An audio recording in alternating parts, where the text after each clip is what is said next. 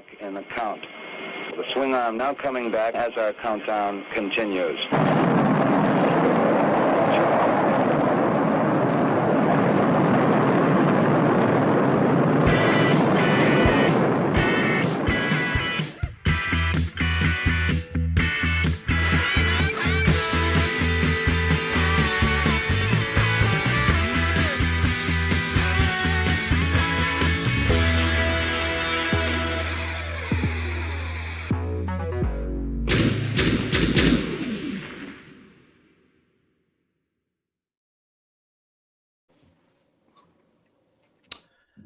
Good afternoon, good evening, everybody. Hope everybody's doing well on this beautiful Sunday. At least it's beautiful on my end of things. Today, I'm here with Brian Ramos, aka hsejuro. Am I saying that right? Yeah. Yeah. On IG, you may have seen his stuff. If you're like me and your feed is filled with amazing action figures and customs, you've probably seen his stuff. So welcome, Brian, man. Hello, and welcome to the Brick Something News, man. Thank you for hanging out with us today. Yeah, thank you for taking the time to have me on the show. I appreciate that. Yeah, you're East Coast, I'm West Coast, so I hope everything's good over there. It has been hot. Have you been? I hear from folks back east and in the middle of the country, and they're kind of, I feel a little guilty. It's definitely hot over here for sure. For sure. I tried to work on my deck yesterday, and I felt like I was lighting on fire, man. I had to stop.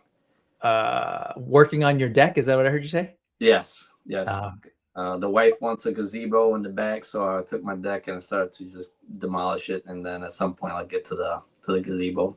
Oh, nice. Well, we might be living parallel lives. I'm doing my fence fell, so I'm rebuilding that, and then going to take the opportunity to make some big changes. So, been doing that this summer. Anyway, welcome to Home Repair Talk. All right. So, we do many things, but we are definitely also very much addicted to toys. And so let's go and say hello to the folks who are joining us. And I'll start with my brother because perfect segue. He says, "Happy Sunday, fellow toy addicts." And sometimes it feels like it's both fun. We were talking earlier about how fun and stress relieving and joyful it is. But then you're also looking around and you're like, whoa, I've got a lot of these things. You've got a lot behind you. Am I looking at, are those 1/6 right behind you? Yeah, these are my my guilty pleasure, the hot toys. So they're actually in the guest room. Okay. Because I had to move all my collection down to the basement so my son can have his own room. And sure. Sadly, I still have a bunch of stuff in there in the closet I need to move. So I have to do some remodeling on the house for sure. Oh man, I'm right there with you. I may have some toys in my kids' closet too. Anyway, back to the joyful part.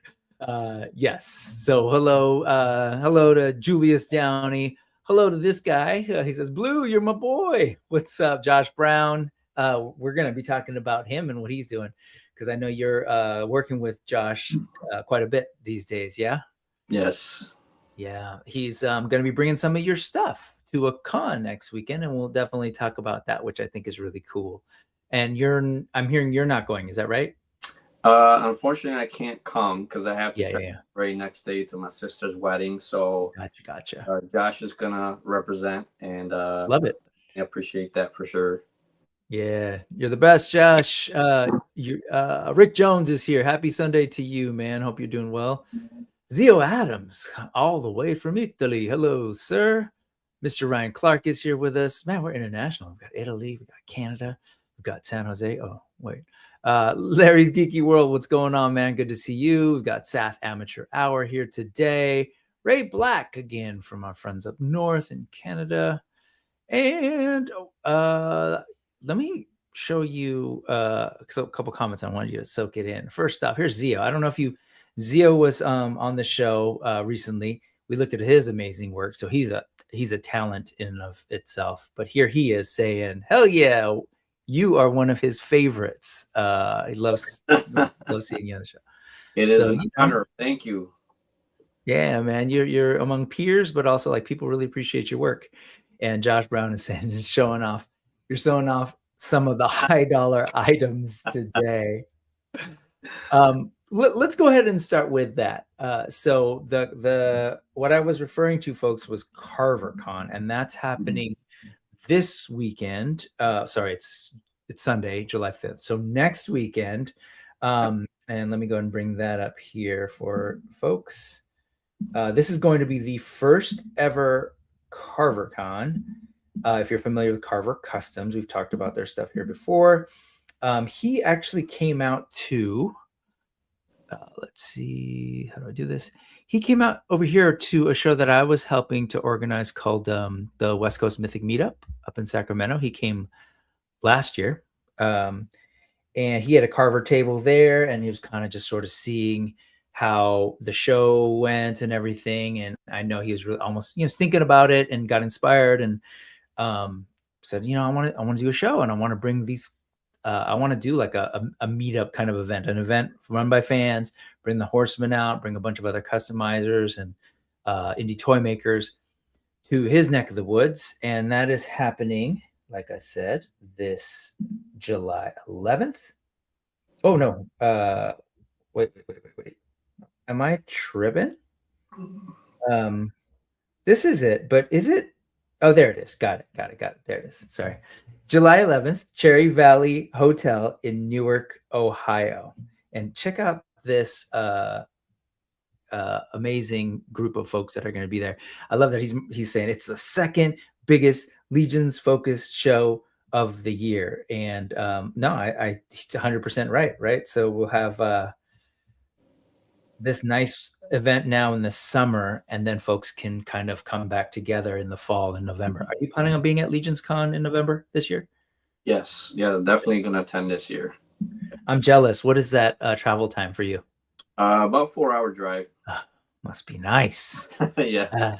That's great. And then you can load up the car with all the stuff you bought either for yourself and friends and haul it back. Yeah. That's great. Anyway, next on July 11th, next weekend, the Four Horsemen themselves will be there. Spiro Toys, Animal Warriors of the Kingdom, love those guys. Plunderlings are going to be there. Legends of the Ramayan by Hierophant Entertainment. This one I don't recognize. Oh, Warlords of War. I'm not familiar with that. Is that something you're familiar with at all? No, it's the first time I've heard of it. That's awesome. I love to see. Got some research now. Yeah, that's cool. I love to see new folks. And then Kaleo Legends, who I know was at Legions Con last year and has been working on their figures and developing them. So it'll be neat to see what they bring to the show. And of course, you can get all your Karvar Custom stuff there. $15 event, doors open after 9. Kids 12 and under is free. Love to see it. Yeah, and so as Josh is saying, if you're in the Ohio area, please come out. So check that out. Oh, and no. I'm not saying that. I'm just jealous that it's a 4-hour drive. That's what I'm talking about, to be clear. And it's much cheaper. So yeah, as far as I know, I should be there. Hopefully, we'll have being Spiritual Warriors, and we'll have new product. And it'll just make sense. So anyways, and there you go. Trevor's breaking it down for us. Hey, one shooter, great to see you. Warlords is Glios. Got it? Awesome. Rick loves the name. You too. It's war with an O, right? Yeah. Warlords of War. Great stuff. All right. And so this is what actually threw me off. I'll be honest. When I paused there for a second, thank you, Ryan. I was like, my head went to like, I read that, I saw Newark, and I was like, wait a second. And then I saw Cherry, and my brain went to like, is it Cherry Hill? Anyways, my brain went to Jersey, and I genuinely panicked for a second. So glad to know I'm not the only one. Anyway, and let me quickly say hello to Twizzler19. Hello, thanks for joining us today. And even more, Dynamo Dave, what's going on? Oh, it's also BotCon and TFCon, Transformers stuff. Wow, 2 Transformers focused big shows. That's wild. Raceland's asking, am I Team Mexico? I'm not a spurts guy. I'm not a sports guy. So how about you? I don't watch sports unless it's a Uh-huh. Super Bowl, just so I can talk crap and probably lose a little bit of money when I place bets. But So talk crap, like you just want to talk trash of whichever team's playing. yeah, so if there's a team that I know people are rooting for, I'll root for the opposite team just so I have some trash to talk. Even if the All team right. is trash, I'll still say, yeah, let's get them. See, there you go, man. You're creating your own stress, and then you're like, I need to de-stress by painting. Right. So shout out to Karvar Customs. I know this is a big deal. He really has done such a good job of building up this event. I remember seeing him post early things where he was like checking out venues and everything, and to see that it's coming to fruition is exciting. Clearly like an institution in the Legions community, in the indie toy community. So I'm really glad to see him do his thing. He's saying, yeah, this week creators will be coming from all over the country to share their amazing work with the community. Don't miss your chance to support all these amazing vendors. Doors open a little after 9 a.m. Saturday, July 11th. So as we were saying, and Josh, why isn't that the big, nice, beautiful JB icon up in here? Let's see. But yes, these are all the complete list of folks with where they're going to be. So check out Karvar Customs on Instagram for all the details. But take a look at this list, and I'm seeing a bunch of great customizers in here, photographers in here. There he is. He's number 3, right next to freaking Steam Powered Mom and Slacker Hacker and Low Fidelity Customs, who I bought a custom from recently. Man, this is amazing. You got everybody up in here. So this is going to be great. Look, there's Jesse. Weren't you just hanging out with Jesse the other day? Yeah, I had the last weekend to get on the show with them. I totally appreciate that. Good bunch of guys. That was fun. I appreciate the invite. Love it. Jesse Curtis. Is Curtis here? I'm not seeing a 47, I believe. Curtis. Oh, there he is. Art by Ackerman, right? Oh, the McCoys. There you go. My wife is going to kill me. Latin Legions, new to Mythics. Everybody's going to be here. It literally is. Mr. C's going to be there, probably with some gigantic, beautiful dios that he needs 2 tables for. Dude, this is amazing. And yeah, I mean, I think it's so great that these shows are popping up. Truly jealous. West Coast is lacking, and we're trying. The Mythic meetup is great. It's a small show. Yeah. And so it's funny, again, he was here his first time flying, I believe. He came out to the West Coast. He checked it out and was like, I want to create my own con. But what he's doing is like, I'm just looking at this list, is probably like 6 to 8 times larger than that event. So this is going to be amazing. Wish I could go. Yeah, apparently Josh didn't get top billing, but number 3, dude, that's pretty up there. So that's dope. Hey, in the blackest night. No, what's up? This guy, Lanterns Live podcast. Check him out. What's up, Ralph? Good to see you. Okay. So your stuff will be there. That's burning the lead. The customs, some of the customs that we're looking at will be available for sale at the Josh Brown Customs table. Is it just full figures? Will there also be painted parts and stuff? There's going to be a lot of customs. Like I said, I do need to start making some space for new stuff I'm working on, and there's going to be some painted heads. Whoever's at the table and decides to purchase one of the customs, I will give them a free sculpt of their choice that's painted by me. Oh, amazing. So you really love to do this. Like how often are you painting? Is this a daily thing for you? A couple times a week? My wife actually made a joke that it's my part-time job. Oh yeah? Yeah. So I work 12-hour shifts. So on my days off, when I take my son to the daycare, I go to the basement and I just work and try to have a good time, decompress. I think about stuff that I like, that I enjoy.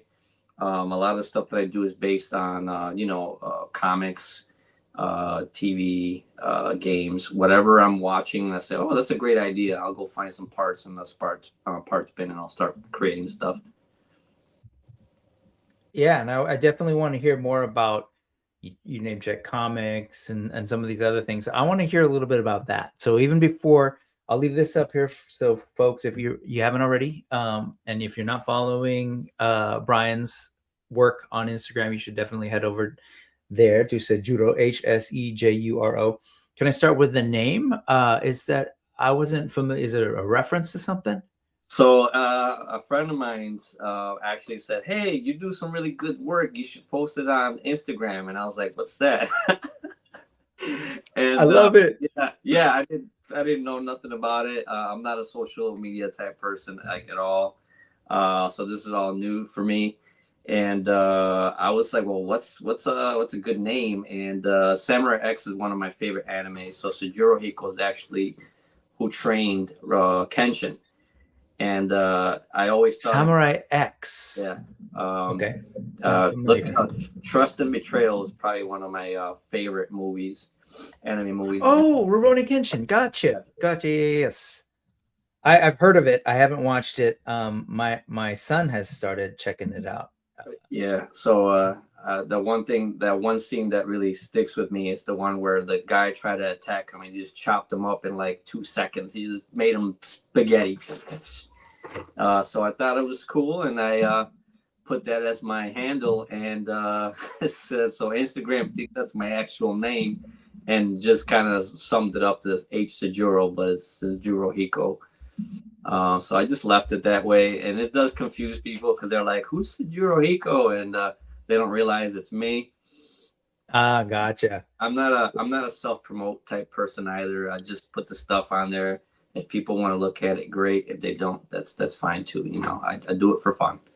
Well, I will gladly help you promote. As someone who probably, yes, I appreciate your stuff, and I want folks to see this stuff. So let's talk about it. And again, if you're a Karvar Kon, he's got stuff to sell. If there's anything that we look at today and you're at all interested, just send him a DM and see, because he's this is his part-time job apparently, and he's got a pergola, or what did you call it? Not a pergola. You call it something else. That you're building in the backyard. Oh, the gazebo. Gazebo. He's got a gazebo to build. So let's try and sell some of these things. No, I mean, let's just appreciate it as well. Okay, and quick correction. I kept saying Karvar Customs, but I forgot he actually created a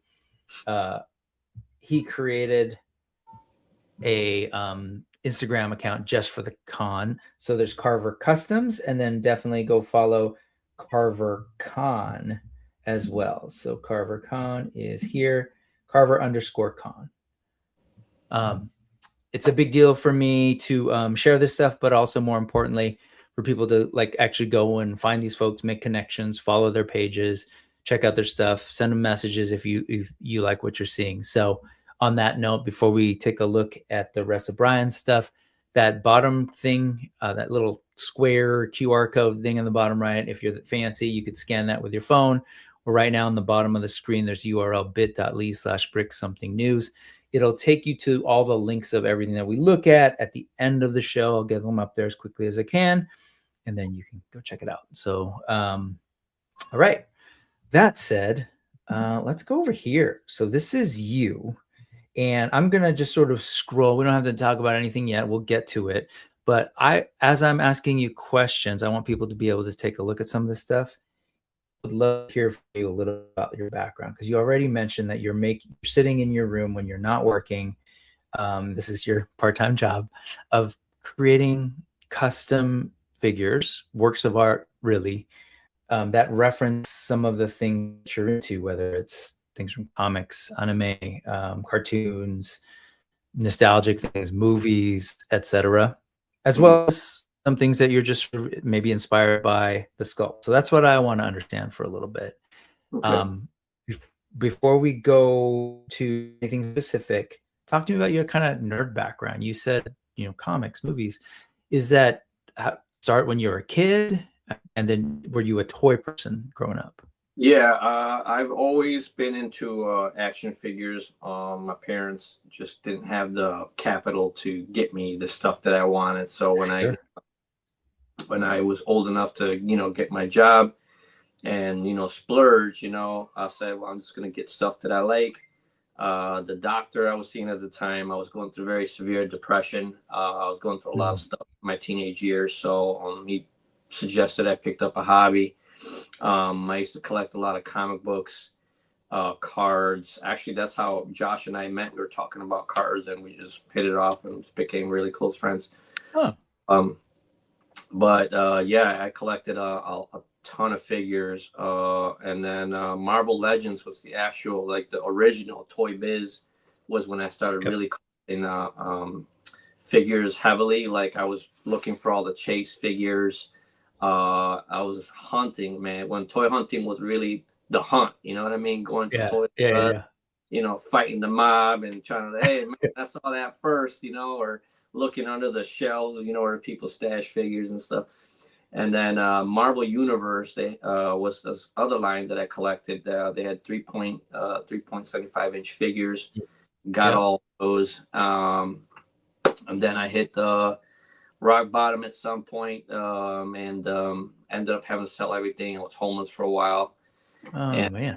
I didn't let that, stop me from doing what I had to do. I got back on my feet and started to get back in the collection again. But it was definitely a difficult time, and collecting figures was always a happy point in my life. Admiring the sculpt.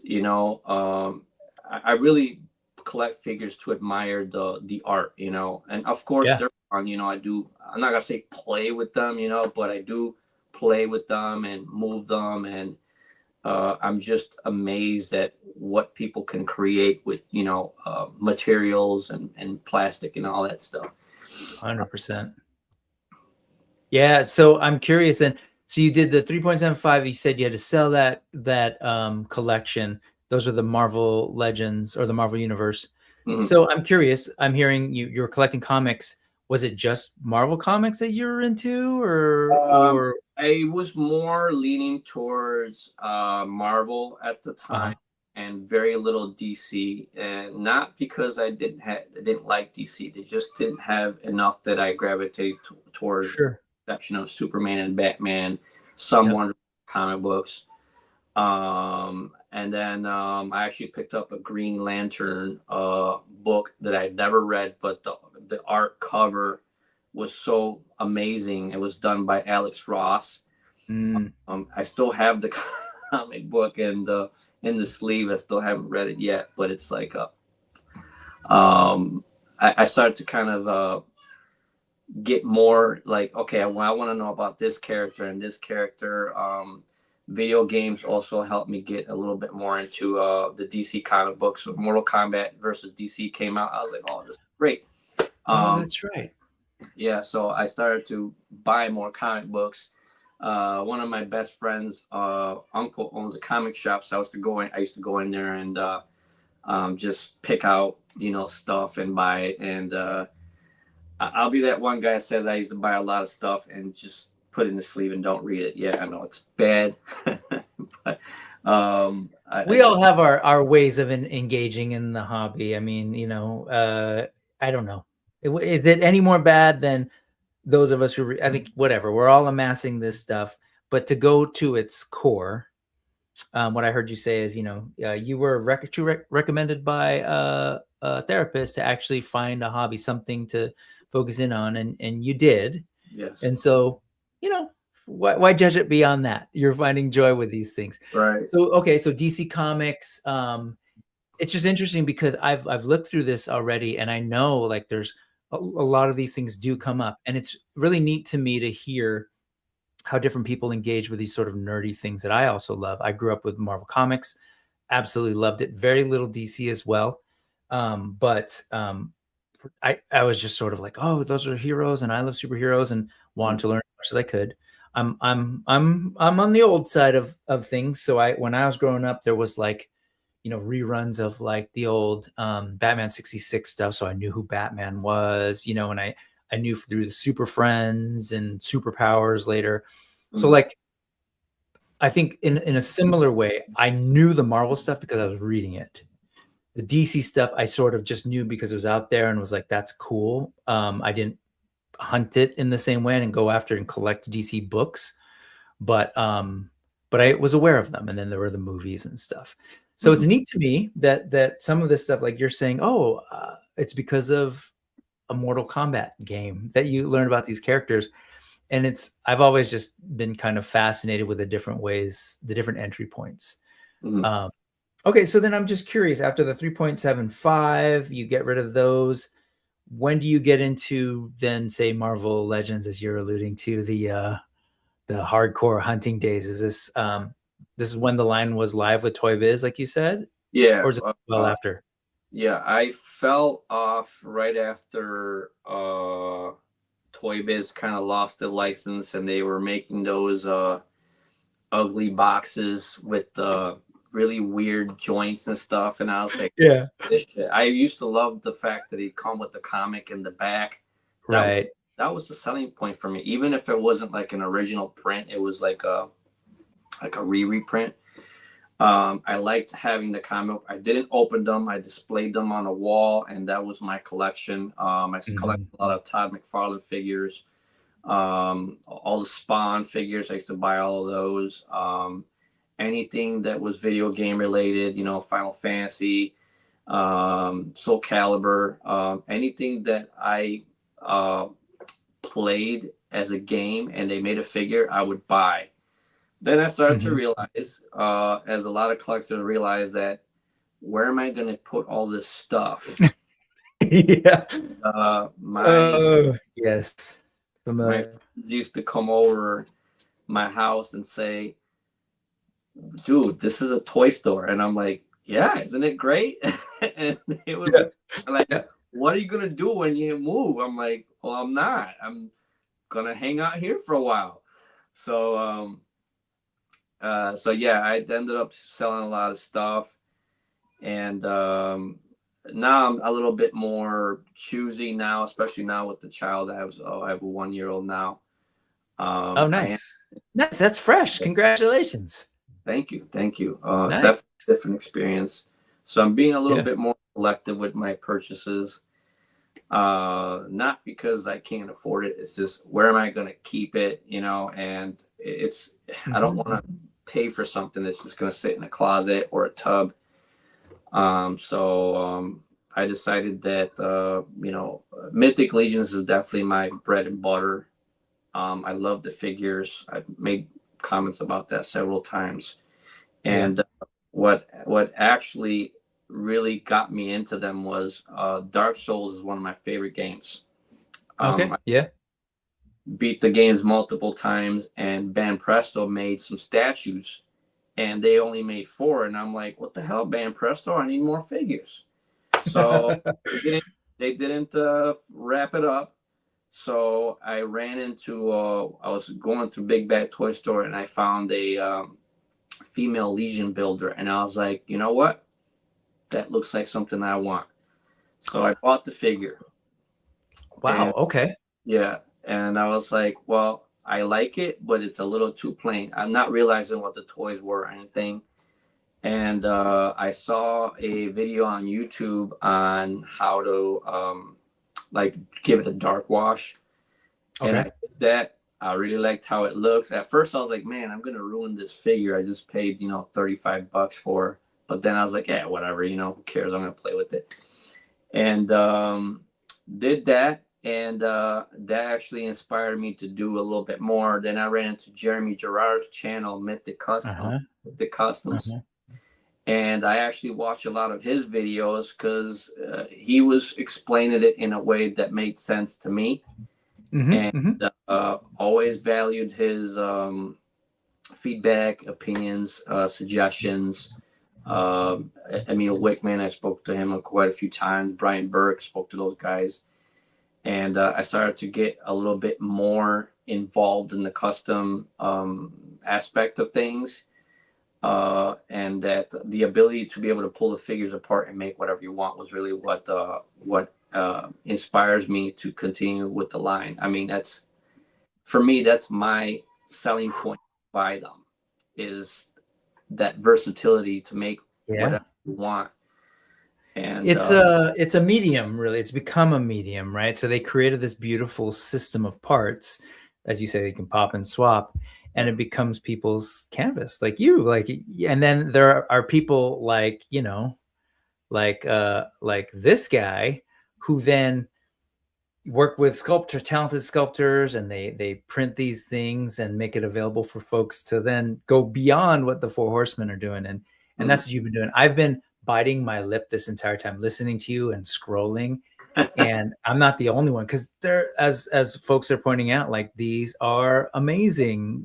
People are looking at this stuff. I'm assuming Larry was saying these look amazing. Or these look anything. I'll go with that too, Larry. There were things that were popping up and people were like, I said, what is that? What is that? Is that a Mythic Legion sloth? But I saw that one too. I was totally thinking of it was this dude, right? Yeah. From The Hobbit. No, from Lord of the Rings. Yeah. From Lord of the Rings, as Josh pointed out. Yeah. That nasty looking orc who at the battle of it's with the dudes from Gondor, but I forgot what that little area. What's that? Helm's Deep. Helm's Deep. Thank you. Yeah. Missed a couple folks. Hello to you. Hello there. Good to see you, Video Power Gaming. Good to see you, TNT. Hello. And real quick, I just need to report this. You're gonna need to get a bigger house, or you're gonna be evicted. This person would like to let you know. I'm guessing, but I have a good feeling of who that person is. Yeah. There you go, folks. You heard it firsthand. Welcome to the show, Zuli. Thanks for checking it out. He tried to do the headphones. It wasn't working, but he tried. So want to let you know. And then you start enabling other people. Here's Josh saying he wouldn't be doing what he's doing if Brian didn't egg him on. So was that pretty early? Were you one of the early folks who was like, hey man, give me more parts. Give me this. I need more material. Yeah, it's funny because he was like, hey, I'm thinking about getting into print. So I was like, yeah, dude, go for it, man. Do it up. And then he was a little concerned. I was like, well, what if other people don't like it? I said, who cares? Just do what you like. And if it's, good, then let people speak for them, Great advice. Yeah, I don't do things because I am expecting some kind of result in return. I do it because I like it. I love it, man. Well said, Brian. Great. That's amazing. And I appreciate that. But I don't do it to get accolades or anything. It's just if it comes with the territory, great. Do it because you love it. I love that. I'm actually very hard on myself. I often send them messages like, man, I think I really screwed this up. It looks like crap. And he's like, dude, that looks amazing. And it's like, we are our worst critics. 100%. Always. It's so true. Ryan's loving this. I love this too. It's very Donnie Darko. Are you familiar with that movie? Yes. That's actually from a friend of mine's, Jared, Rocket Fist Customs. Yes. I can't remember what he called it. Something La Choo Choo, I think it was that he called it. Oh, like a what do you call those things? Like a Labubu? Yeah. Yeah. So I said, hey, let's make something nasty and gnarly. And we came up with that.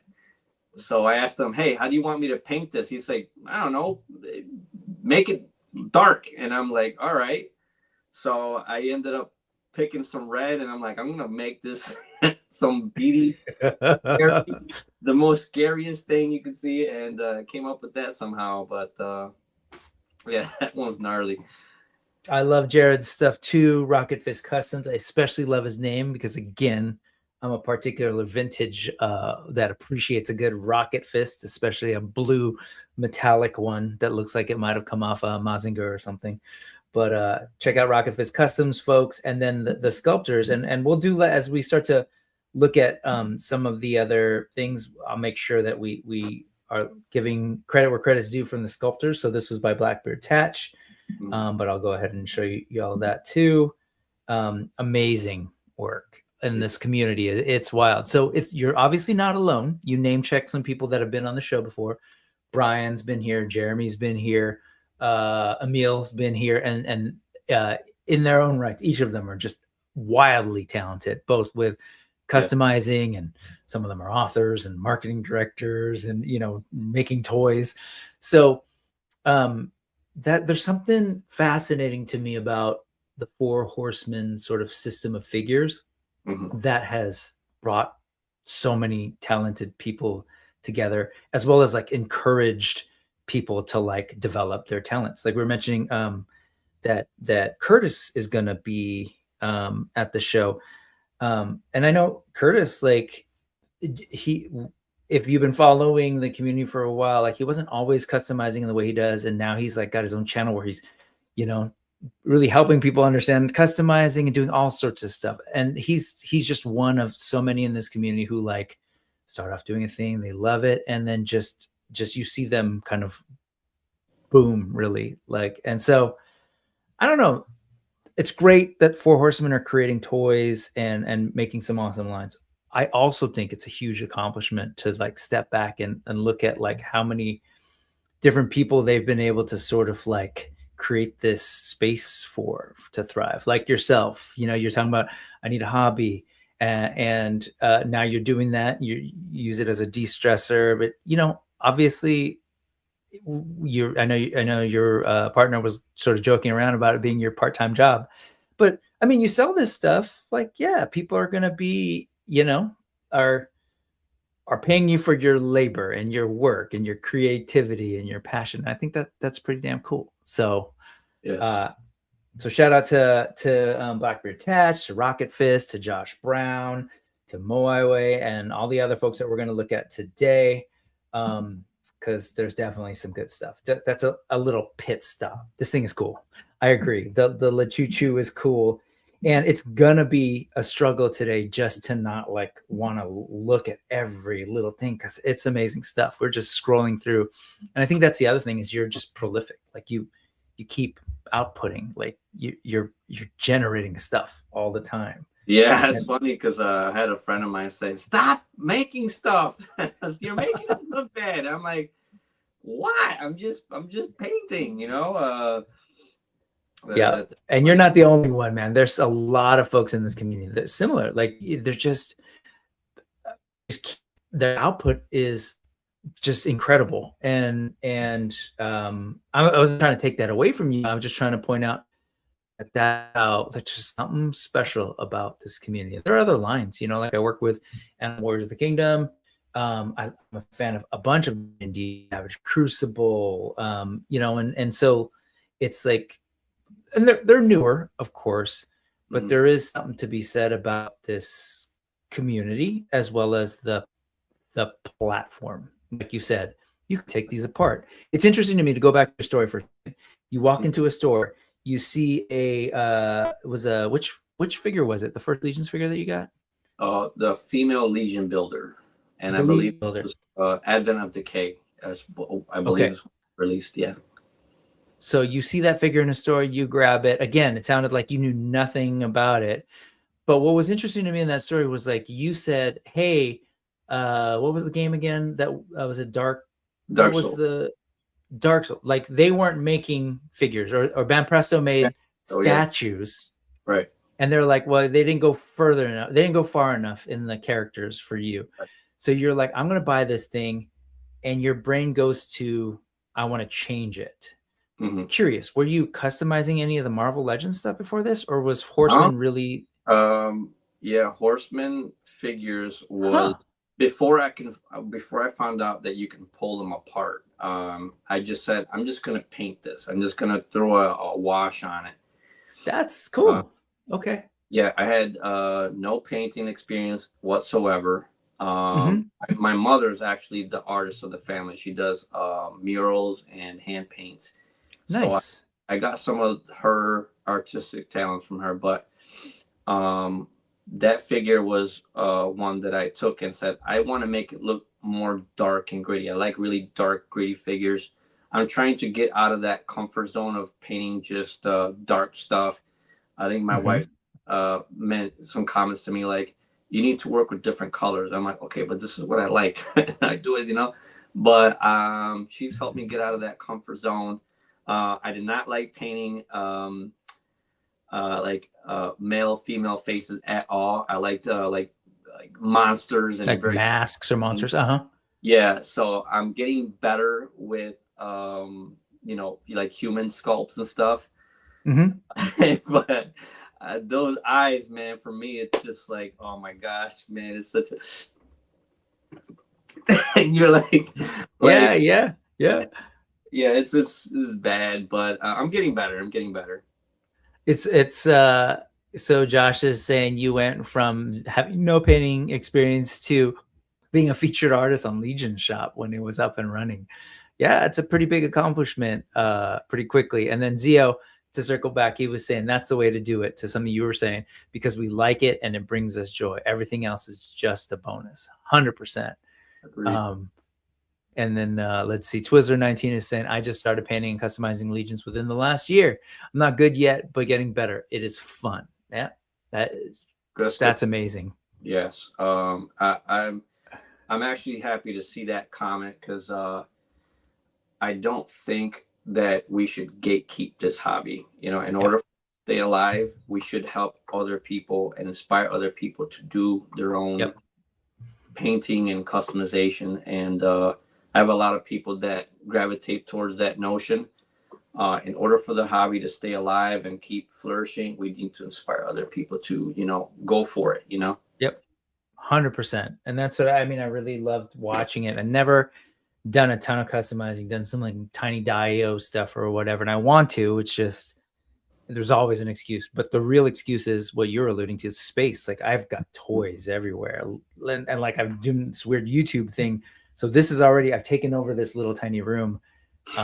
I'm not going to allow myself to take over any other parts of this house, because I too might be evicted, as Zuli was pointing out. But I just admire it. And I loved, you know, I'd lurk in like little customizing spaces or watch people's channels and just be like, yeah, this is great. And I love to see the communities kind of come together. You say no gatekeeping. I love that more and more people are just like, yeah, come on. Again, shout out to Curtis, like the things he's doing with Alan and Low Fidelity Customs, like every night they have the customizing sort of a space, or the Mod Squad, Legion's Lady folks just sort of coming together and just, hey, just jump on and let's talk. Right. I usually end up just lurking and listening, but it's amazing. And yeah, again, something special about this community, because it's I feel like it has been that way for a good amount of time. Like you mentioned, Jeremy, that was Jeremy's thing. It's like, I want to make videos and show you how to take these apart. So to go back to what you're saying, you never customize any of your old Legends or any of your other figures.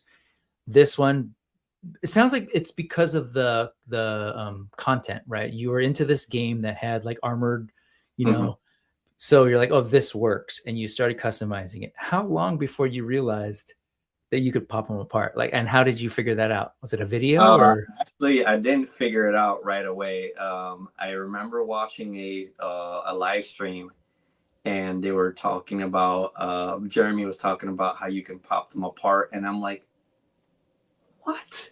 You've been sitting with them this whole time. By that time, how many did you have? At that time, I only had 2. I think I had Mel, and then I bought the Elf Legion builder because I liked the gold and I wanted to do something with that. And if you like, I mean, I have a lot of posts, but if you look very early on, you could see the progression go. But I did the same thing. I did a wash on the Elf, and then I tried to do the face, but. Hey, I did what I could with skill sets I had at the time, but I think it came out all right. Yeah, man. What's up, Jesse? Good to see you. Thanks for joining us today. What's Justin? Hello, hello. Hope you're having a good time. Zia was saying earlier when you're talking about human faces, he can relate. Eyes are tricky. Yeah, but I don't know. There are a couple of times I was like, oh, that's an Evangelion thing. And like, and by time as I'm scrolling through, because there's really some amazing stuff.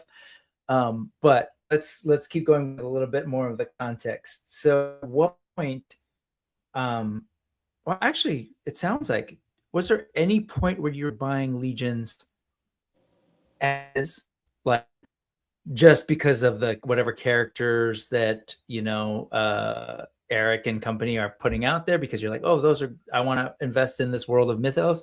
Or have you always been like looking at these things as customizing potential, like a medium for your stuff? Yeah, that's a very interesting question, and I made a comment about that on Just Shelve It. Is that in terms of the lore, I have no idea. I know that there's bios on the side. I'll admit I have not read them at all. I cracked the plastic open. Sometimes I sniff it. I'm kidding, I don't sniff it. But I opened them. No, you do. Come on, we all do. Let's just take them out. I do a couple poses. And I'm like, okay, I'm going to take this leg and I'm going to take this and do that with it. So I mainly buy them to customize them. When they announced the video game, I was like, okay, that's it, I'm in. That's where I get my lore dump. Unfortunately, that fell through, and weren't provided with the video game, but they did provide us with the board game, which may help me get more understanding of the lore, like the names. Again, this is me, and this is not a knock on the toys. I love the toys, but some of the names is like, what's that character's name again? It's the one with the 3Ds. No, the 2Ds. No, I hear you. Yeah, but I love the figures. I spent a lot of money on them. I mean, can I just say, like, I think no need to apologize. I think we all again, we engage with the hobby in all sorts of different ways. And I actually, I mean, if I were part of the studio, I mean, I wouldn't be like, oh no, he doesn't like our lore, but he keeps giving us money to buy these things. Like, no, it's like, this is great, thank you. But also, like, I think they know that. They are talented, creative people. They obviously built this system, and it sort of developed over time. And I think they realize what they have. Like, it really is it's a medium for creativity. So of course they're infusing it with their own stories. Here, perfect example. We know this is true because 2 Legions cons ago, they announced Infinite Legions. And they're like, they realize what they have, to the point where they want to work officially with other people and bring in their ideas using the system, right? They've essentially created some great collaborative figures with the Glyos folks, or the, I'm forgetting the name, but for, oh gosh, what is his name? The first Infinite Legions figures. Sorry, guys. I'm just like you. See, you're not alone. Like, they're a thing, and they're amazing on their own, but I can't think of them. And then we've got the D&D figure by, oh man, guys, I'm about to be 50, so my mind is failing me. But you know what I'm talking about. And the point is, they know. There are people who just look at their thing, and maybe it's purely visual, or there are people maybe like you who are just like, they look at these things as almost like parts, right? When a figure is announced, they're scanning down to sort of see like, ooh, what can I turn this into? You're smiling. Right. I know that's a thing for you, right? You're like looking at. Oh yeah, every time I see a reveal, I'm like that. Ever seen that meme where that guy's hiding behind a tree going like this? Yes. I'm basically that guy. I'm like, oh, I can't wait to get that figure and pop that waist off and take the shoulders off. So and that's how I actually decide how many I want, because I'm like, I'm gonna use that multiple times. So yeah, man, you are so not alone. Here's Ryan saying he's also not a lore guy when it comes to Four Horsemen. I get what I think is cool, which, again, like, I think there's people who are going to be in it for the story and the world that they're putting together. And as you've said, it's no slight to them. At the end of the day, you're still being incredibly supportive of what they do by buying these things.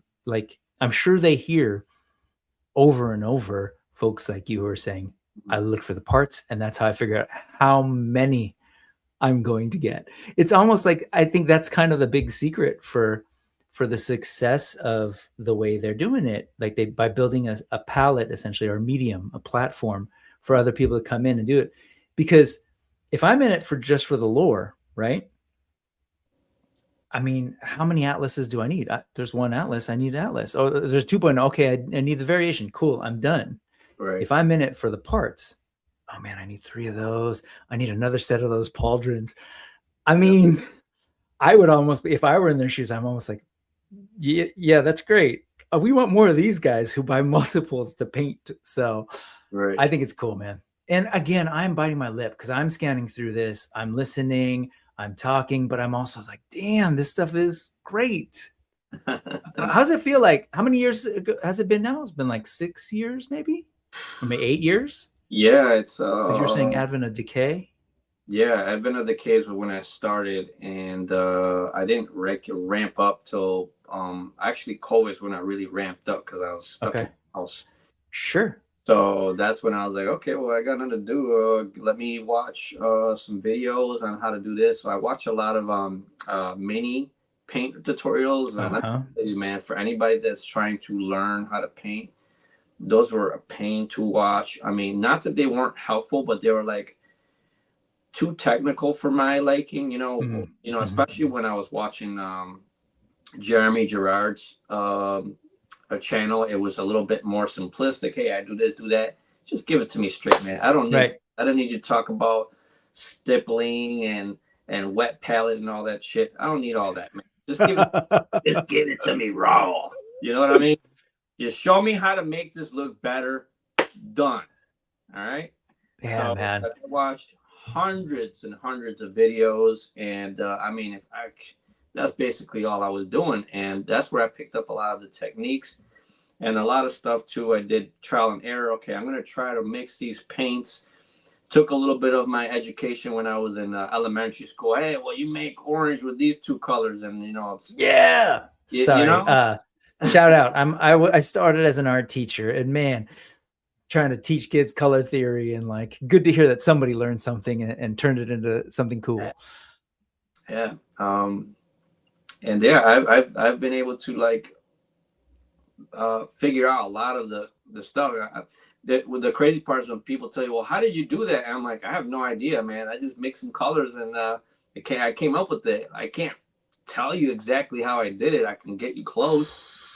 But theory is great, right? But theory with no practice, like it's nothing, right? So you need it both. And the thing is, I'm just gonna keep going here, and I'm gonna keep scrolling. This is years of work, and so there's a lot of practice, and there's a lot of experience over time, and problem solving, and probably talking to other people for tips and getting feedback, and all of that manifests in this body of work. Just curious, I know you were on Just Shelve the other day, and they probably took you through some of this stuff, but as I'm going through this, what do you do this? Do you go back and look back at all your work in this like sort of big picture view? What goes to your head? I do go back and look at some of the stuff and see what could I have done better, or what could I have done differently to see nice. if I can maximize the technique.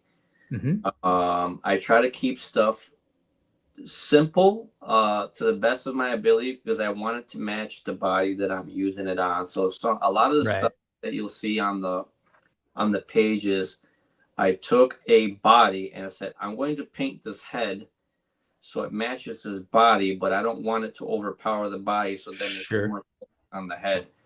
But if I'm going to do like a full custom, then I'll go out. I got a couple here if you want to take a look at some of the ones that I have made. I definitely would love to.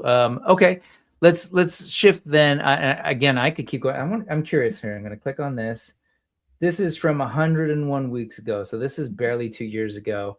And when did you start uploading to Instagram? Like right around 2022, I think it was. Okay, so this is like barely scratching the surface of what's on this account. Yeah, So folks, it's definitely, yeah, go follow. If you're watching on replay, do the scan the QR code or look at the link that's about to scroll at the bottom. If you're with us, I'm going to drop this really quickly to make it easier for folks who are here right now. Of course I can't. Why can't I? Oh, not on this. Okay, so I will in a second, but it's a HSE here. Yeah. Anyways, I want folks to kind of definitely have access to take a look at it on their own, or you know, maybe as I'm scrolling. I know there's some people who are like, no, slow down, go back. So let me catch up with the chat, and then let's take a look at some specific stuff over time. But man, there's some beautiful work. I'm just going back. This is 2 years ago. Look at that duckbill one. Oh, look at that. Some of these sculpts I've actually never seen. Some of them are more familiar to me, but some of these, like, I've just never seen. And it's neat to sort of see in full color. Let's see. Where did I leave off earlier? Webhead Collects, man. Thank you for stopping through, checking it out. Nice. Do you happen to know? Do you at all keep track of who is buying your stuff? He's saying he's got a couple of years. Yeah. Or is it? Yeah. Actually, Webhead asked me to do a panthro because I did a cool. I did a Lionel tribute, you know, Uh-huh. and he thought it was cool. I would do a panthro, and Nice. he also got a vampire off of me that I posted. And I love these, and I know a lot of these are stuff that people have done, but man, it's so cool to see. This is a sectars thing. I don't were sectars a part of your thing growing up, or are you too young for sectars? Not familiar with that. Okay, like, that's what this is from. Sounds familiar. Actually, I thought that looked like Mothman from the Tick, so that's why I painted it that way. Oh, it really does like that. It 100% does look like what is his name? Arnold? Is it? Well, no. What was his? I forget what Mothman's. Arthur, I think. That's it. You got Mass Effect here. Yeah, all these heads. There's something else here earlier. This is awesome looking, and it looks a lot like an Animal the King figure coming out. There's something here that. Oh, anyways, whatever. I got sidetracked. Okay, who else? We got Marcus Gaijin. What's going on? I got to hang out with him this week, looking at his custom stuff and his toy photos. Awesome to see you, Marcus. Ryan Clark is helping me with my old brain. Thanos and Faden, Infinite Legions. Thank you so much. Man, I'm feeling it these days. John, what's going on? L226, good to see you. And here's Zio with the other assist, Joe Manganiello and his D&D character. Yes. So this is earlier when I was asking you how many, about like buying these as sort of the characters or as custom fodder or parts. And Uncarded is saying, and good to see you, Uncarded. He said none of his regions are on display are still stock. The only figures that are still original are the ones that are still in package. I mean, there's a lot of collectors that are like this, and I think it's amazing because they're truly like one of a kind. This is the stuff that this is your art. You're one of the kind figures. John L226 also has the quote unquote the eye of reuse. Yeah, dude, it's a habit, that crafter's habit. Man, there's all sorts of stuff. Ryan's seeing a Silver Centurion snout spout. There was we know where that one went. I think that's so cool, man. You've got this amazing body of work. Here's this guy. It's my brother. He's saying, speaking of color theory, my painting teacher in high school made me mix my own black. Diabolical. Oh, yeah. I found that kids just did that for fun at the end of the day. I was like, dude, you're wasting paint. No, but yes, to truly try and get a true black is an art. Yeah, man. And then here's Uncarded. So cool to see some of these head sculpts. I have a couple of these so far. Allison, Retro Toy Princess, great to see you. Thanks for coming through to hang out. Webhead, you do amazing, incredible work. Yes, Josh is going to be on Shooting the Shelf in a little bit, folks. So head over there, hear him talk about what he's going to be bringing to Karvar. Karvar Kon, including some of Brian's stuff and some other awesome customs. So you did a custom G.I. Joe classified Sergeant Slaughter. Yeah, that was actually the first time I've done a Hasbro figure painted. I was going to say. Super nervous, man. I'm like, I hope this comes out good, because I couldn't figure out, you know, if I wanted to dye the figure first because of the joint, or just flat out paint it. So I asked him, hey, are you looking to pose this? Because if you pose it, you're probably going to rub the paint if I just straight paint it. And he was very flexible, so I ended up straight painting it. And I think it came out, you know, a lot better than I thought I was going to do. Love it. But Love it. Yeah, I'm going to stick to what I know, Mythic Legions, because it was nerve wracking. I was like, oh my God, I don't want to ruin this figure. So I've mentioned my brother a couple times. He's here in the chat, but he started customizing a lot of Marvel Legends and G.I. Joe Classified. And then, you know, I was in the Legions and I was showing him this stuff, and he was aware of it. But then started getting into Legions in same way, like customizing and creating his own stuff. And it's mainly what he's been doing lately. And now he's like creating stuff that works with Legions. Look at this one. I've always loved this one because it's like an old school reference to what is it called now? Oh my God, guys, I'm actually getting old. You're watching me get old. It's a King Arthur movie. Is it Sword and I don't know. Trevor, if you're here, help me out, because we've talked about that film before. Anyway, this is great stuff. Awesome to sort of hear the backstory and everything. There are a couple that I would like to look at specifically. Thank you, Webhead. Excalibur. Yeah, there you go. Thanks, Trevor. Okay. So you do a lot of sort of referential stuff. Like you said, you saw the Sectars figure and you thought the Tick, Arthur. Yeah. So you painted it that way. Are these necessarily things that you're like big fans of, or is it just sort of out in the ethos, kind of like the DC comic stuff? Like you kind of have just a little bit of reference? Curious. Yeah, whatever I remember from my early childhood days or memory things. If I see a sculpt from a sculptor that I think I can do something with the parts I have left over, then I'll get it. I like to support the other artists too. It's a very unique talent to have somebody create a sculpt using 3D and, you know, or clay or whatever. But I really appreciate that craft. Actually, one of my friends, Gian Art, does a lot of the sculpting for the stuff that we create together. So I'll sketch something on paper and I'll say, hey, can you make this look better than my sketch? That's great though. You've got like, you can now, you're at the point where you're working with folks and you've got an idea and you can collaborate and get some parts that you want to work on. That's cool. Right. Blackbeard's done a couple for me. Old Skull has done a few. So I like to try to spread the love as much as I can with other artists, and then try to give them to the best of my ability, their credit. And the. Yeah, man, I love that. I love that. Okay, well, let's start looking at some of your stuff here, because oops, we went there, now we are here. Okay. Yeah, I kind of had the same thought as Comrade was pointing out. Oh no, you didn't. So let's talk Small Soldiers. I will tell you right now, I have still not watched this movie. So to me, it's just a reference. I see it, I recognize it, I know what it is, but I've never watched it. So, but I'm curious, were you into Small Soldiers growing up? Was that a thing? Oh, okay. Actually, I saw the sculpt.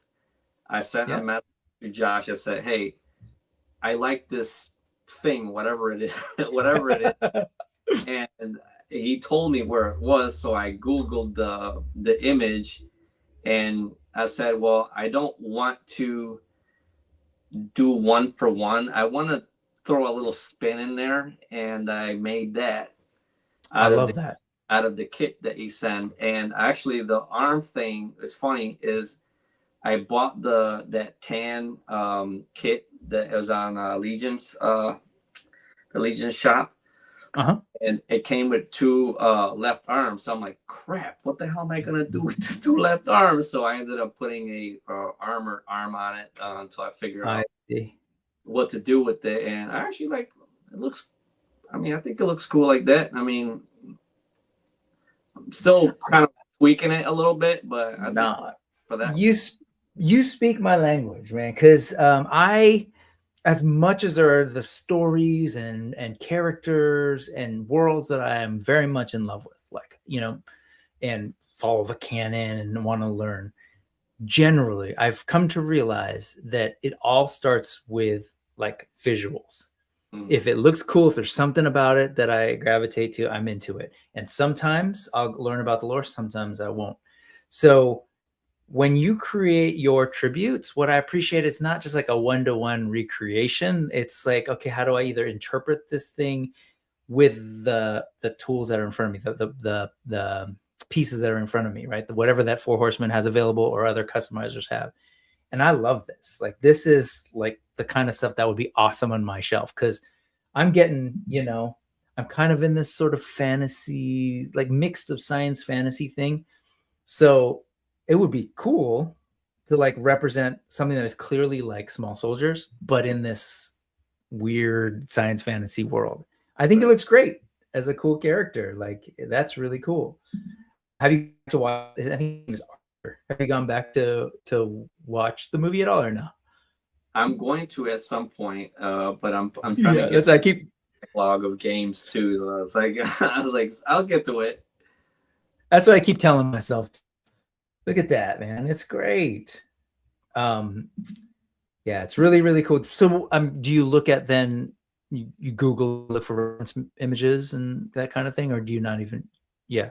Yeah, I use Google a lot, and while I'm playing my games, I'll say, you know what? I like those colors. I could probably make that concept and try something with that, and then I'll use Google to kind of like get the image so I can have it still, and I'll look at that while I'm painting. Listen to music.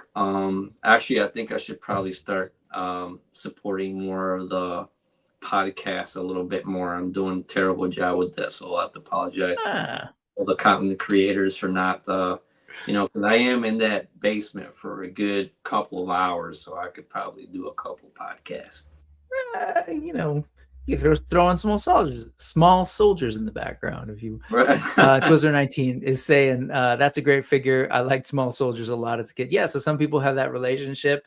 To others, it's just like, wow, what a cool looking character. And I love that, you know, if you brought this to a show or other people saw it, they might want it as their, you know, in their collection. Like Twizzler's saying, if he got this figure, he'd need more Gorgonites. So I it's funny. It's like I do know enough about who these are. I love the story. I love what I've heard about sort of like the subtext and what it's about. I know about Chip Hazard as well. So have you thought about that? Trying to, like, after doing this, were you looking into other characters to kind of create? Yeah. It's funny you mentioned that, because as soon as I did that, I looked up the image. I believe Chip is the soldier. Right. Mm-hmm. So now I was like, I was gonna take the figure is the gunner, that exclusive figure that's got the fatigues, and try to find a similar head sculpt or maybe sculpt one from scratch, so I can make the military character also. Yeah, well, like I said, I love that you don't do full on, like, I'm gonna do a one-to-one recreation of this thing. It's the same with Emil. Like, when we were here, I really appreciate that he brought his own take on his characters too. So I love that kind of thing. Here, like the Joker. I mean, we all know who the Joker is, but to put him in this sort of medieval context, it's funny. Like, this almost reads now because of the Batman Who Laughs, right? In full on armor and stuff. But look at the colors. I'm so glad that you listened to Zuli and like you decided to move into color, because Right. I think he's just that much more interesting. This purple and green armor. Yeah, so that's one that it's going to be at Josh's table at Karvar Kon. Nice. I actually have it right here. Can you give folks a sense, since we're there, like if they wanted to pick one of these up, how much should they sort of plan for? That's something that I've been kind of thinking about a little bit more hard. aggressively. Mm-hmm. I had a friend of mine tell me, don't sell yourself short. And 100%. Because I do put a lot of time into these, but also it's like, I also want to be considerate that maybe a lot of people, I want to make it achievable for everybody. So for something like this, where I painted, so this is actually I used the Purple Knight as a base, which is now pretty much hard to get. Yeah. And then I had to repaint the whole figure, pretty much. So for something like that, I'm thinking 150 is fair, but I'm actually looking to lower that more. But I'll add less things. You know what I mean? So if I'm going to up the charge, then I'm going to put more things in it to sweeten the pot or sweeten the deal a little bit. It's more than fair. Can I just? It's very fair, and I understand that, like, wanting to be considerate and everything, but I'll leave it at that. That's an amazing price, and the fact that you're talking about to come down even more, because you are putting a lot of time into this. This is your artwork. It's funny you have him next to your version of Scarecrow. Yeah. At the end of the day, you do you, but folks, that's what I want people to hear, and so they can, so that people can plan accordingly and appreciate your stuff. See, there's Rick. This is what I was immediately thinking. He's saying raise the prices, don't lower them. But and there's other folks. Here's Dynamo Dave saying, I think 150 is a good price. I do agree. I think it's a really good price. So folks, consider. Here's Webhead saying he owns one of your customs, and you put a lot of extra goodies with it. Twizzler 19 is agreeing that 150 seems reasonable. D, it's okay. I don't take away points for coming late. What's up, D? Another amazing, talented customizer who works in a different format. He's mainly working with Marvel Legends, actually. I know that, that's a territory that you never got to, messing with those. Okay, but consider the price. I love it. I appreciate the thought you're putting into it, and you're thinking about the buyer as well. You really do have some beautiful work, though. This is really high quality stuff.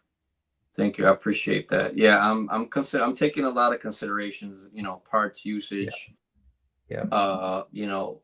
Like this one, for example, I had to, buy a Predator figure just to get that gown piece. The figure's fully painted. I had to take the Ghost of DeMarley, and basically take all the books and all that stuff. I wanted to make it more like a medieval Scarecrow, or he just got kept in a cell and just went crazy, and just or like a wizard Scarecrow. I don't know. I'm playing around with some like D&D ideas. I did a Two-Face also. I have that one. Yes, it's coming up. So these are his Batman rogues gallery. So far, we've seen the Joker. We've seen now Scarecrow. I love that he has his alt head too. Yeah. I don't know. You were talking. I made this reaction because love it. Beautiful stuff, man. And then his, I guess, medieval Nerf gun. The way you've colored the. If you played the Arkham games, he actually has the needles with the serum or the whatever in it. Yeah. But now that you mention it, I'll probably change the color. No, it's totally fine. I just, I'm referencing what I'm familiar with because me and the kids. Hey, what's up, Travis? Good to see you, man. Webhead Collects is saying, yeah, the pictures definitely don't do it justice once you see it in person. The wow factor is crazy. Yeah, I'm sure that's more than true. Like that's what I found with all of these toys when you see these things in hand. But I see already the quality. Look, really well painted. Here's a couple more that you've done. Here's your Two-Face. Yep. Again, it's a different take, even your color use or whatever. I love this. Really, really cool. Was this a sculpt that existed? That one was done by Jason Demon Rodriguez, and immediately when I saw it, I'm like, I'm making Two-Face with that. Oh, he already did the split face one. Okay. Yeah. Jason's great, man. Jason's another there's a bunch of you who are just like so disciplined and just like cranking out stuff. Hence the demon. Yeah, very cool stuff, man. And then there's still a couple more bat ones. And I know I didn't get all of them, but I love this. Again, it's also some of the newer storylines, newer Batman stuff. So this is actually Thomas Wayne as the Dark Knight. Right. Again, a completely unique take with this helmet and everything. Really great. So you don't read a lot of comics. How did you come across this Thomas Wayne? Was it something that just visually? I buy the figures. Oh, because I buy the comic books and I'll put them in the sleeve and I'll go in the box. But I also have like the DC movies and I have some of the McFarlane figures, and that's how I found out that in the multiverse or whatever you want to call it, Bruce actually dies and Thomas Wayne becomes Batman and more brutal. I said I wanted to make something that was like in the mythic realm, and I came up with that. Yeah, that's great, man. I love the treatment of the logo too. That's cool. Oh, yeah, it's hard to see, but yeah, I try to put the little bat signal in there. Yeah, it's a different take that fits with this. I love it. And then here's him meeting the Joker. Let's do the Marvel side. So you've got multiple takes on Ghost Rider. This is one of them with an earlier one. Very cool. Yeah, so I actually designed that head. Jason sculpted it. And I said, I haven't used this head on a custom yet, so I put that head on, but then I switched it to a custom head that he did later on. So I switched. I see. So this is that he did. Yeah. And then this is fully flame engulfed. Yeah, so I did that one. Very cool, man. The hand, is that a custom piece too? No, it's just from the Graveyard Skeletons. I just put it on there. Just fun. It's a lot pointier than I'm recalling, but looks good. Are these what are those? I haven't seen that. Maybe I just haven't. A Graveyard Skeleton head. Okay. Yeah. I haven't looked at those closely, I guess. Yeah, and then the shoulders are from Blackbeard. Did those. And sorry, I haven't been good at calling those out, but they are. Brian's real good about crediting folks here. Again, go check those out. Go click on these links. Go follow these folks because they're doing amazing work. Check that out. Very, very cool. Marcus loves the flaming skull, the gradient of that red and orange. That's all you, man. This is all really cool. And then here's the head that Jason did Jason Demon Rodriguez did for sort of Ghost Rider-ish character. I love it, man. The armor and everything. I love this pauldron. Low Fidelity did a custom that I bought off him that used that Blackbeard touch pauldron. It's so awesome, those spikes. That. Very good work, man. Thank you. Very, very good work. All right. What do we got? Okay, let's go to Dark Horse. We got some Hellboy, Mike Mignola. You've done him a couple of times. And I've seen several different sculptors and parts providers sell different versions of sort of a Hellboy-esque head, but this is one of your more recent ones. It says this was posted 3 weeks ago. When you post them, are they pretty fresh, or are you sitting on like a bunch? Yeah. I try not to post everything. I kind of spread it out a little bit, but yeah, that one did. Yeah, like 2-3 weeks ago, I had that sculpt sitting in my shame pile for well over a year and a half. Rocket Fist actually sent that to me and said, "Hey, you should paint this." And I didn't really know what to do with it at the time. And I can't remember. I was watching something on TV and it reminded me to do it. And then I took one of the cosmic hands off of it to make the fist. I mean, not not 1-to-1, but hey. No, I know folks want a 1-to-1. Some folks want that. For me here, I've got this just staring at me. This is a perfect example. This is how I collect. Yes, this is Iron Man, but it's Bandai's take on a samurai Iron Man, and I love this. So what you're doing here is right up my alley. This is beautiful. I love this figure. So what's great is because it's got that sort of like mythic fantasy, medieval, like the armor and everything. But then this is the one piece and the gun that sort of stand out. So it's great. It's like this otherworldly almost like thing for him. Really cool. The coat is Kern Race. Yes. Oh, I've never seen it on a 1.0 body. That it fits like that. That's really cool. Mod a little bit for the right arm to fit. I had to cut the sleeve so I could fit the hand on it. Yeah, I am so into this idea. It really resonates with me because, like, I actually have a boy, a Mezco from the movie, and it's cool because it's, again, that's an interpretation from the comic, from Mike Mignola's work. It was interpreted for live action by somebody, right, and then done by Mezco. But I don't know. It's like I love the stuff that I'm familiar with, the nostalgic things or IP that I love, but the idea that they're living together in this, again, cosmic. That's Four Horsemen speak, a mythic cosmic realm, or like a science fantasy thing, like this kind of thing, where it's like it reminds me of the characters, but it's just pulled out into this world that I've sort of put together. Right. I love it, man. This is really cool. Very cool stuff.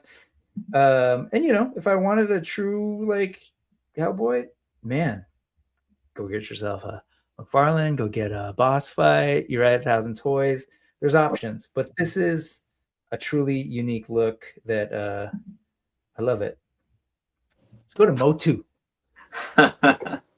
Again, what a cool take, man. This is anti-Eternia He-Man take on that, but with full-on armor and everything. Were you into He-Man at all, or was that more of a visual thing? I was a normie when it came to He-Man. I actually recently started to watch all the cartoons just to get a little bit more background. I did have some of the toys as a kid, not many. I had Roboto was one, and He-Man, Skeletor, and Ram Man. Okay. And that was it. And Mecha-Neck, sorry. And that was it. I was more into Thundercats and Silverhawks.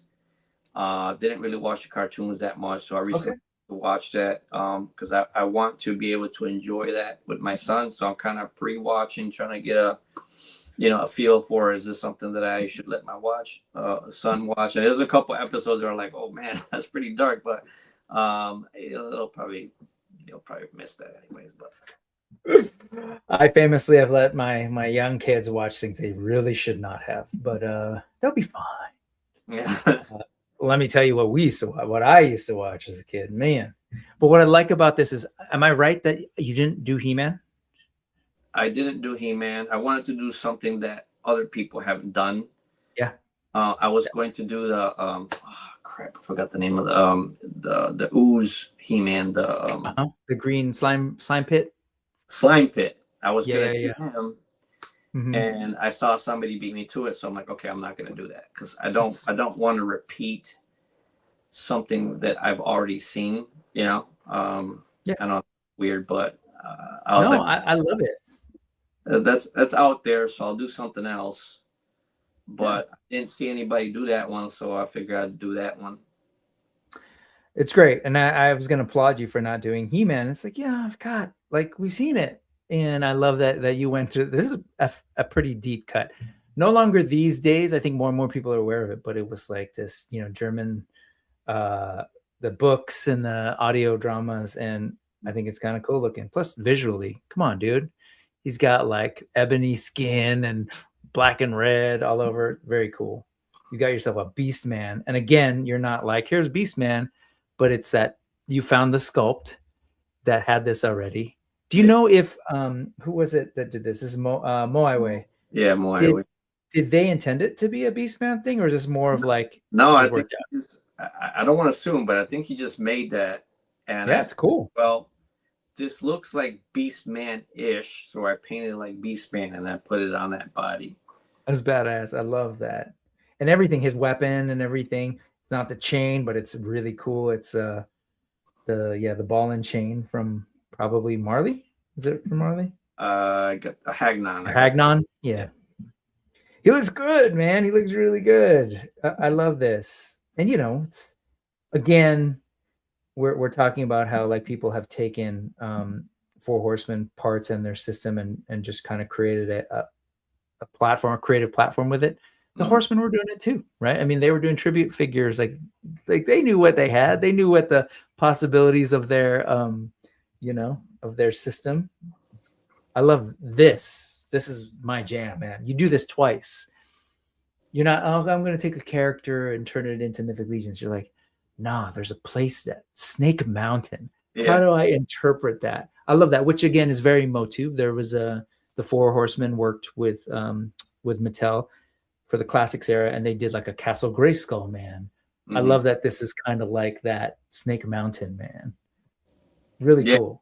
When I got that figure, I knew right away I was going to make it into a Snake Mountain tribute. I think I could have did a little bit better with the purple, but I couldn't figure out for the life of me that grayish purple that's on the castle on the toy. Mm-hmm, I couldn't figure it out. So I said, well, this is as close as I can get. The idea is still there. I really liked it when it came out. The colors really pop. Again, my wife is like, hey, use more color. I'm like, I don't want to use darker colors, but I looked at it and I'm happy with it. She's right. I've always been like, I'm a guy who mainly dresses in, I think I'm wearing gray on gray on a black t-shirt right now. So like I live in that world. However, I appreciate color, and like one of the line that I work with, Animal Warriors of the Kingdom, I love it because it is so colorful and it's kind of refreshing. And when I think back to the toys that I gravitated towards, if you look at this is like some of the best comic book characters ever, right? Joker, Green Goblin, the Incredible Hulk, that green, purple, there's a reason, right? And it's part of the culture. But this is great. Just a thought, there's other two deities in that thing. There's that sort of monster with a gonzo nose, and then there's the wolf microphone. Just to throw this out there, it would be kind of neat if he eventually had two partners to make the Snake Mountain Trinity, if you will. I did the Thundercats. Yep. Tribute, I was going to get there. Let's go there. You've got your Lion-O, which... Can I say that you and Mondo have solved the biggest problem I have had with Thundercats for the longest time? And it's that they don't look like cats enough to me sometimes. Like, especially Lion-O. Lion-O looks like a dude in a leotard or whatever that is. Right. Like, he barely has any, like Chitara has some spots and lines, and Tiger obviously looks like a tiger. So he's always kind of looked like a dude dressed up in, I don't know, especially since they went red or whatever. But this furry lion, I know it's not, a lot of people disagree with me. I really love Mondo's take. They've made him more animalistic. I think this is so cool. And it communicates pretty clearly. Like the second you see this, you don't go, oh, I wonder what that is. Like the colors, the color blocking and everything. It's Lion-O, but it's just a little bit removed. And I love it, man. Thank you. Hey, Larry pointed out something that I appreciate from that Snake Mountain. I didn't think about that. Is he right? Is that what you were thinking? Yeah, yeah. I think he actually got it. Yeah, I didn't think people were gonna catch it, but yeah, that's how I got the idea. Well done, Larry. Yeah, man, that's brilliant. That is brilliant. This is really cool. Love the Lion-O. Look at you. Look at you. You know what you need to do. There's a money shot. But then this guy, was this the one that you said went to? Webb had asked me to do that one. Really cool. Great use of that. Again, that the Jaguarian sculpt, a little bit more animalistic, a little bit more panthro. I dig it. And Larry gets it. This is fantastic. How did you do the did you take two different pieces and connect them? Is that what you did? Two handles? Yeah, I pulled the handle off of one and put it on the other one and just painted it blue. Makes sense. Yeah, really cool. Oh, two different colorways? Oh, no, never mind. I got it. I got it. Go ahead and tell them what this is in the back. So that's the tribute to the Thundercats home base. Yep, the cat's lair. That cat's lair, yeah. So you, again, just like the Snake Mountain, you embodied this playset or this base, right, and turned it into a figure, an anthropomorphized version of it. That's really cool. Makes sense that you gave him the arms. Yeah, yeah. He opened his hand and a tank will come flying out of it. Yeah, no, that's really cool. I love that you did this twice. I saw this. Was it the Two-Face where you took the shield and flipped it upside down? Yes. The shape of it, like, yeah, that's really cool. And this totally communicates like Thundera technology, that sci-fi sort of designs. Really, really cool. What's up, Brad? Thanks for stopping by. Yeah, catch it when you can. I really appreciate it. Really great job on this. But I want to go back because here's a character that a lot of folks aren't familiar with. I got it right away when I saw it. I was like, oh shoot, especially with the weapon. Yeah. This is Ongor. Yes. Which that Super 7 one that I have is not shabby at all. I love it. And I think it might be one of the ones that Four Horsemen worked on.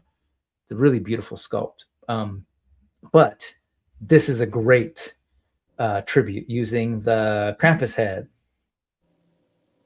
For folks unfamiliar, he's basically like a Baphomet kind of, goat-headed, devilish looking creature.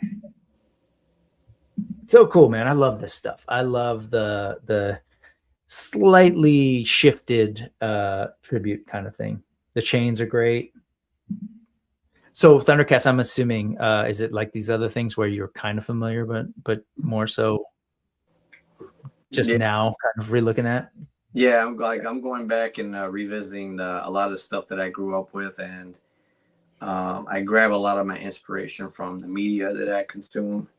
And I happened to be watching the episode where Wily Kit and Cat find Mongor and release them, and wait, I could do this. Yeah, that's where that idea came from. Very cool.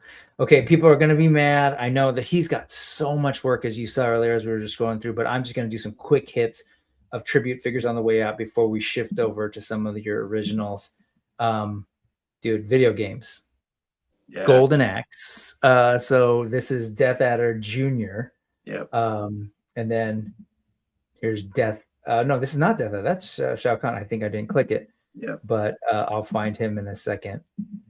But I see. There he is. Here's Death Adder, the Elder, if you will. Mm-hmm. So if you're familiar with Golden Axe, we just shove quarters in and play multiple players, and we just smash and bash in this fantasy world. Storm Collectibles made some really great figures of them.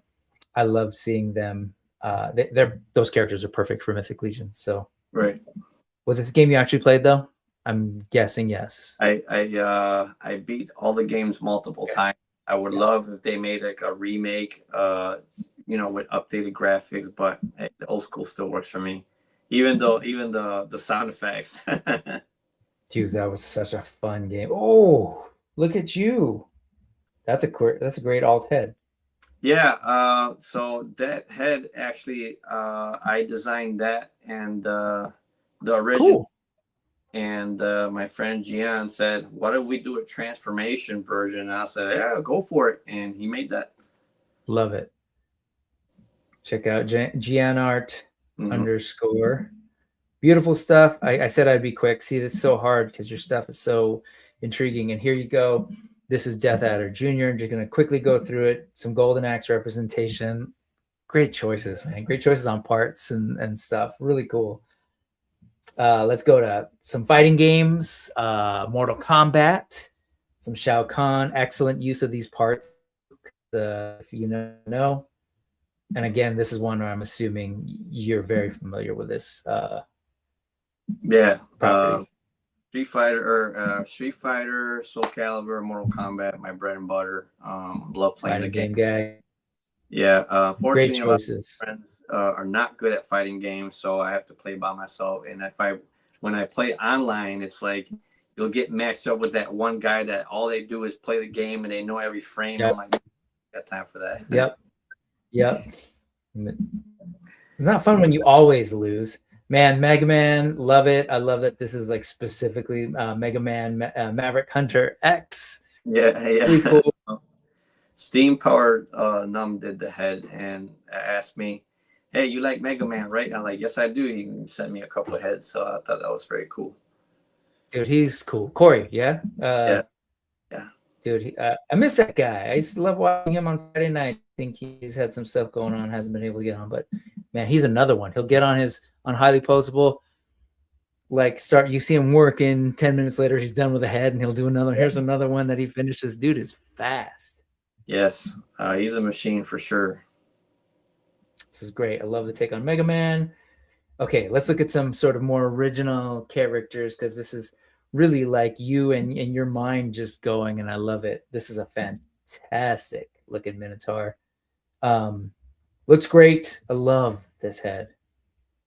Yeah, into I was surprised with that one. I actually got that as Rocket Fist has sent me that and said, "Hey, I got something that I think you might like." He sent me that, and I wasn't really sure what to do with it. And I had the top torso sitting on my bench, and I said, "Well, I'll paint it to match the torso, get close enough." And I found some legs, and I just put it on just to see how it looked, and came up with that.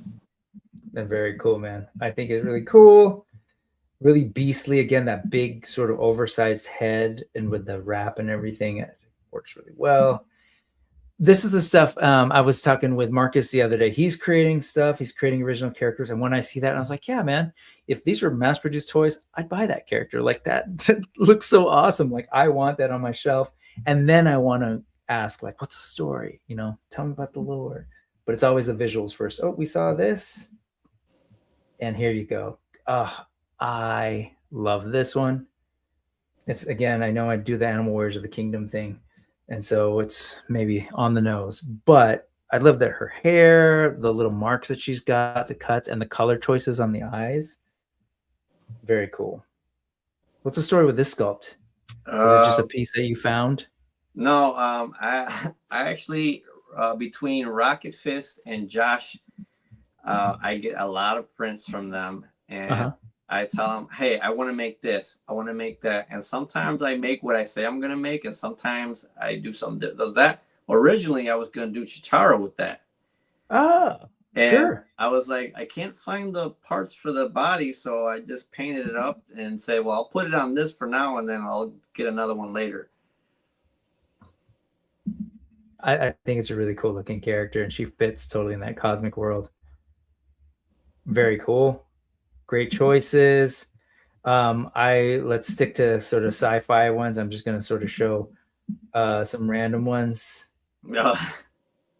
Fun, man. Yeah. Fun as hell. So cool. I'm curious, why are you cracking up? What is it about this one? I got that one from Brian Burke. Uh-huh. He did a limited run of those, and I can't remember who gave it to me, but they said, "Wait, we know you were looking for that because you wanted to do the Cyberman from Dragon Ball Z." So, Oh, okay. yeah. I So can see that. I love that take too. Okay. Are you thinking of still doing him? yeah, definitely. Yeah. Yeah. Oh, that's awesome. Oh man, I love these interpretations. So cool. And then I'm gonna stop with this guy for a little bit. I put him on the thumbnail too because I really it's so this is a great sculpt. I also have this sculpt. I don't know if I got it from Corey actually, Steam Powered Mom. But what I love is the designs and the whole thing with the torso and everything. It's very like kind of old school DC comics, like almost like a Legion of Superhero, the print and the pattern, but it's its own. Come up with these squares as sort of like, what's the thinking there? So that one, I based it off a game that I played, an indie game called Clash Artifacts of Chaos. Oh, so it's based on another IP. Okay. Yeah. So I got the game. I said, you know what? Let me try this out. The art style is very interesting. Loved the art style, and ended up playing through the whole game. Loved it, and I said, you know what? I'm gonna make a tribute to the character. The main character's name is Pseudo, and he's like a wandering monk, and who has all kinds of different art styles. It's a really interesting game. Definitely recommend at least going through a playthrough. It's fun. The story's pretty good too. Right on. That he looks great. And when you say a monk, like a martial arts kind of thing. Yep. He's like a wandering monk. Was trained by like a master. Love that. Yeah, and that bird. He's basically trying to help him find his family. Most of his family has either passed away or don't want anything to do with him because they believe he's cursed. So it's a good game. I enjoyed it. I got about love that, man. 25, 30 hours into it. I mean, I don't do that. You start logging the hours, you're like, oh man. So I gravitated towards this one. Zio apparently has that as well. So this game looks awesome. Your interpretation of him looks really cool too. I love great parts use. I want to say, I thought I saw, didn't you do more of like didn't you start to build out this figure and took another picture of it? I'm not seeing it right now. I did. That was the initial, like, I wanted to see how it looked. And if I didn't like it, then I was just going to give up on it. But I pushed through it and then ended up making a full custom of it. Okay. I'm not seeing it right away, but I'll keep going through it. Couple slides up from that one. Okay. About a week after that. Take a look. It's really cool. And it's good to know that it's based on another IP, but it's really great. I'm not seeing it, but it's okay. I want to keep moving. And then here it is. Hell yes. Is it the similar body as the Small Soldiers guy? Yes. Oh no, it's not. Yep. Same base body. Yeah. Damn, he looks cool. I gotta use that head. Is that head? It is a 1.0 head, or is it a larger head? No, it's a 1.0. Okay. Looks really good. Oh, this is that brute scale, the parts here. Okay, I see it. It looks great, man. And I gotta check this out. This looks like it's right up my alley. Great art. Okay. And we'll close out with a couple. Again, sorry if I have a type, but the whole barbarian thing, man, I'm really into. And the paint, the body paint, really cool. Is this something else, or is this your original? No, that's the original. I got the head from Noble Bear. And I wanted to do something like a barbarian style. Actually got inspiration from Soul Calibur's Rock. Rock is the variant of the game, and my favorite color blue, so I ended up just putting some blue. I slapped on just blue paint on it and cleaned it up, kind of war paint. Love it. Yeah. Love it. And it's got to be freeing too. After doing those perfect squares and lines of that other guy, you're like, war paint, flash. Yeah, that was a straight up slop. I just went and then I cleaned it up to make it look a little bit more uniform. And that was didn't take me very long to do that one. And his little partner here is awesome as well. I didn't pull out his individual thing, but he is a cool little creature too. I didn't realize he was smaller from the other post. Very cool. Love that. And then let's look at just two more here. Let's stick to the fantasy thing for a second. I know that mostly this is an existing figure, but the use of that head on him is so good and such a great paint job. Yeah, I had that on my bench for a long time because I was like, I don't know what to do with this. And it sucks because after I painted it, I've taken those pictures, the head popped off the body and I broke the flame, so I ended up throwing it away. Yeah, it took me an hour and a half to paint that and take a couple pictures just to break it. So I was like, all right. But hey, Jason was happy that it got done at least, you know? Yeah. That dude, man, I really do love that dude. Can't wait for his line to launch. He, folks who've been watching the show, if you're not making the connection, Jason is Jason Demon from the Rise of the Fifth Sun line, and they're trying to get that up and going and ready to go for the Kickstarter. So keep an eye on this, and we'll end on this one because I think this one's kind of funny. I don't know if it's intentional or not, but do you know where I'm going with that? Maybe. Okay.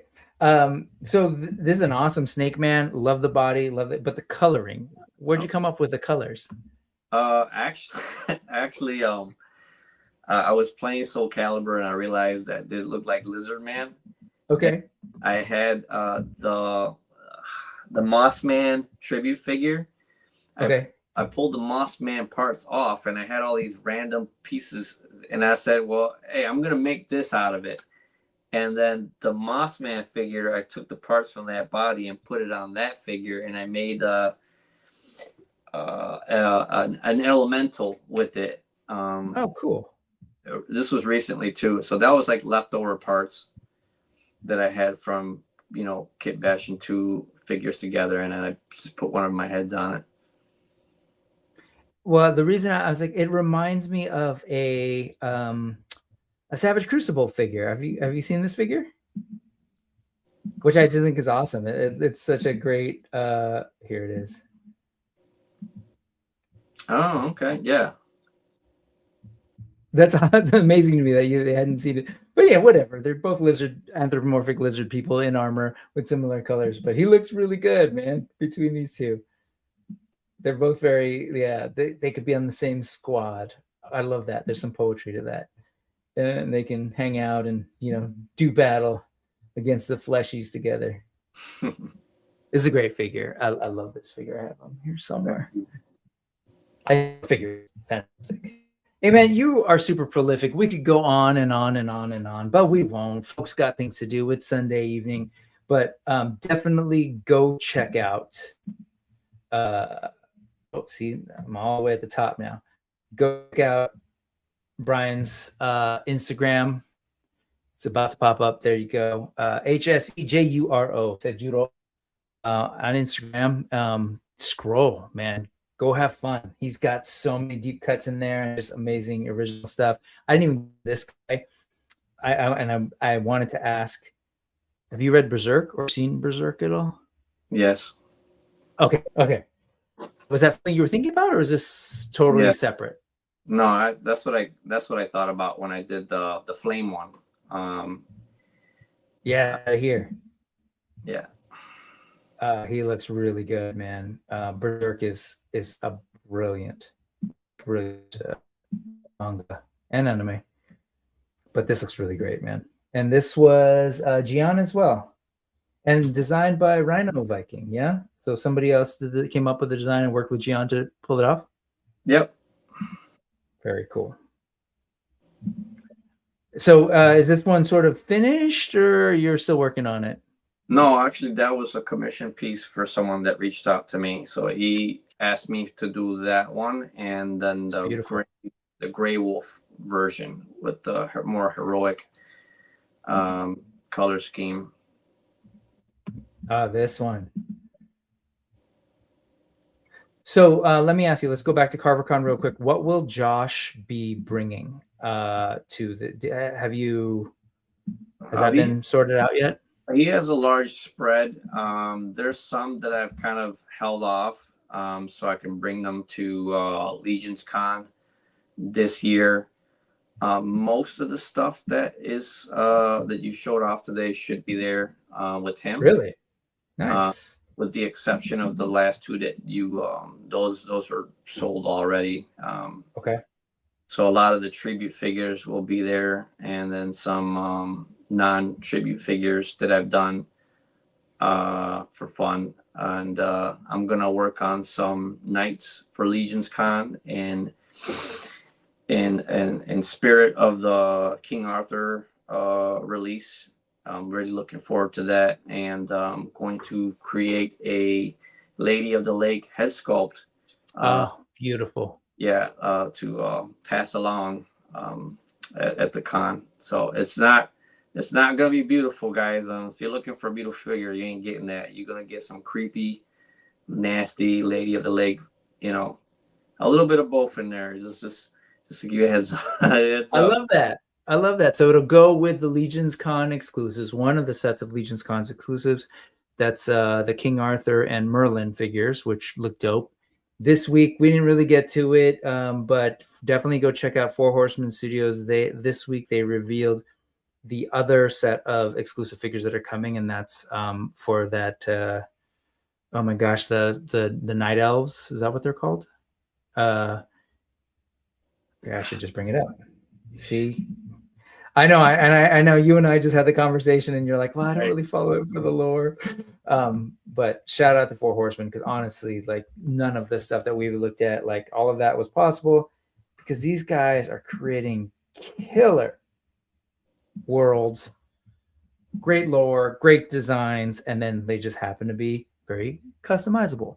So the Necropolis opens this evening. I love that this is the teaser, and then they landed here and they revealed these two figures, sort of new branch, the ghost elves, that's what they're called, of the elven world that we've learned about, that sort of are the keepers of the afterlife. There are these, all this magic gets released upon death, and they have to, there's all this lore built around it, and they are the keepers of all this sort of release energies and magics. And there's this whole backstory about, well, what do they do with that stuff? So before I get there, let's go ahead and do it.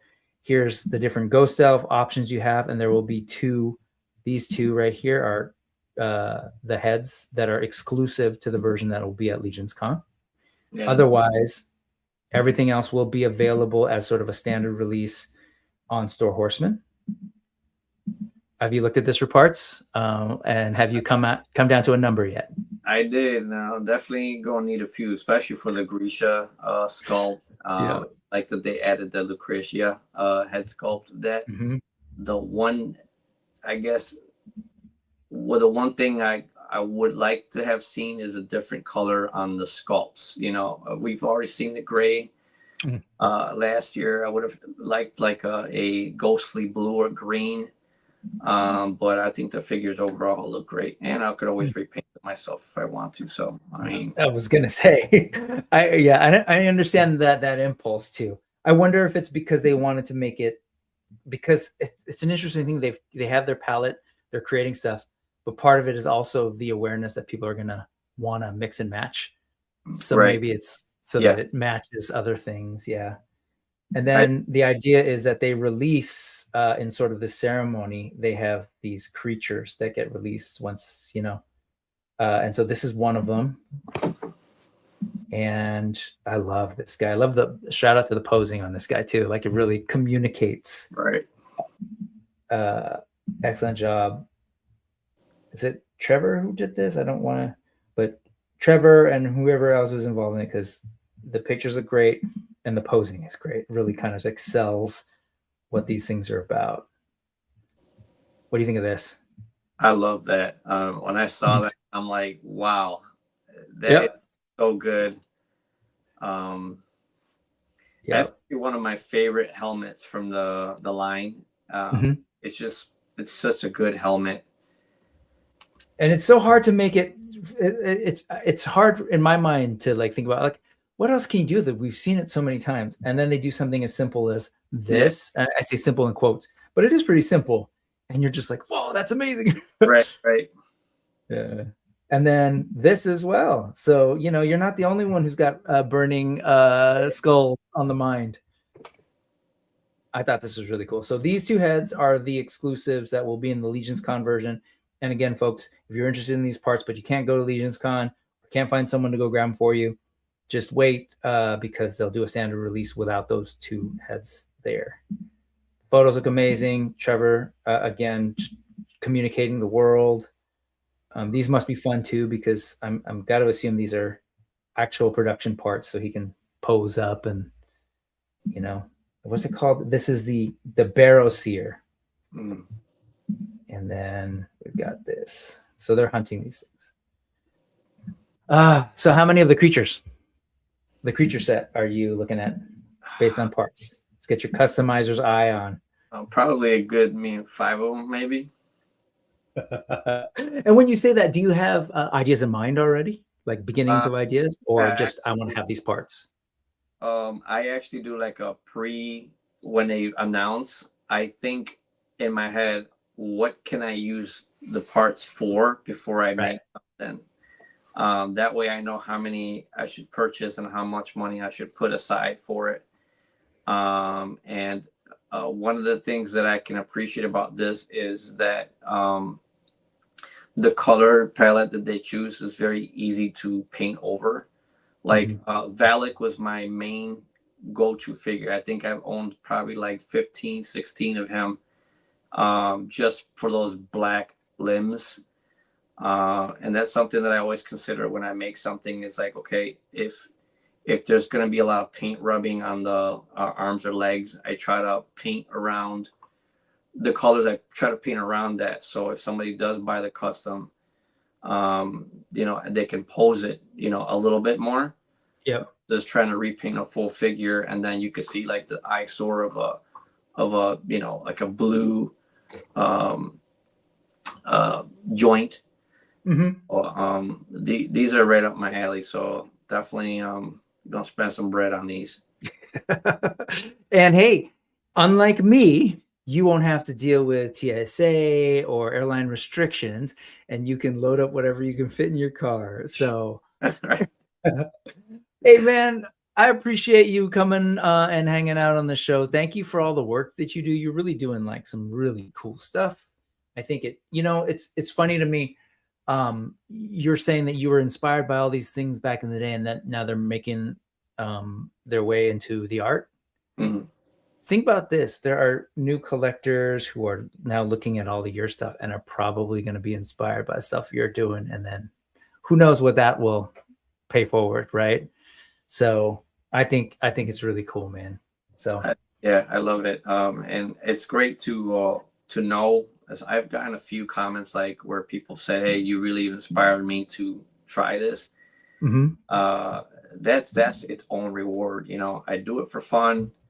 It is a way for me to decompress, but to know that I helped somebody go for it and try it on their own, that's the biggest reward yet. That's awesome, man. And I really appreciate what you do. I really appreciate the sort of attitude that you embody with it. So folks, and I know folks also appreciate, I'm not the only one. Go check out hsejuro work, Brian Ramos, this weekend as well. If you're interested in buying any of them, you happen to be in Ohio, go check out the Josh Brown Customs table 3. And you can check out 12 or so. I think that's what that Josh said. I don't know if the number changed. But if folks are interested in things that they're seeing here, is it good? Would it be okay for them to just hit you up, or is that seen as like Yeah, I actually don't do like a lot of self promote because I don't want to overwhelm myself. And sometimes the expectations for people are like, "Hey, I want this tomorrow," and I was like, "Okay, you realize I work 12, 13-hour shifts. I'm a father. a husband, so I'll get to it as soon as I can, because I understand if somebody's going to make a purchase, they want their purchase. I totally get that. Yeah. I haven't really run into that too much, which is great. Everybody's been very respectful and they are understanding, but that's why maybe I'm overthinking it, and I don't really want to run into that where like somebody's just like, hey, I paid you 15 minutes ago, where's my shipping notification or something like that. Sure. Like I'm gonna get to it when I have a day off, because I do work 12-hour shifts, so I can't just leave and come back. But I do my best to try to get stuff out and communicate often so the person knows, hey, I'm getting to it. Just give me a little bit more time. I also do work with Rocket Fist Customs too. If you guys have a Patreon, I have been trying to create sculpts that he gives out for free with for Patreon members. So there's stuff there. If you're a Patreon member, look forward to seeing some of the work that we collaborate on. And where, so they find that on Patreon?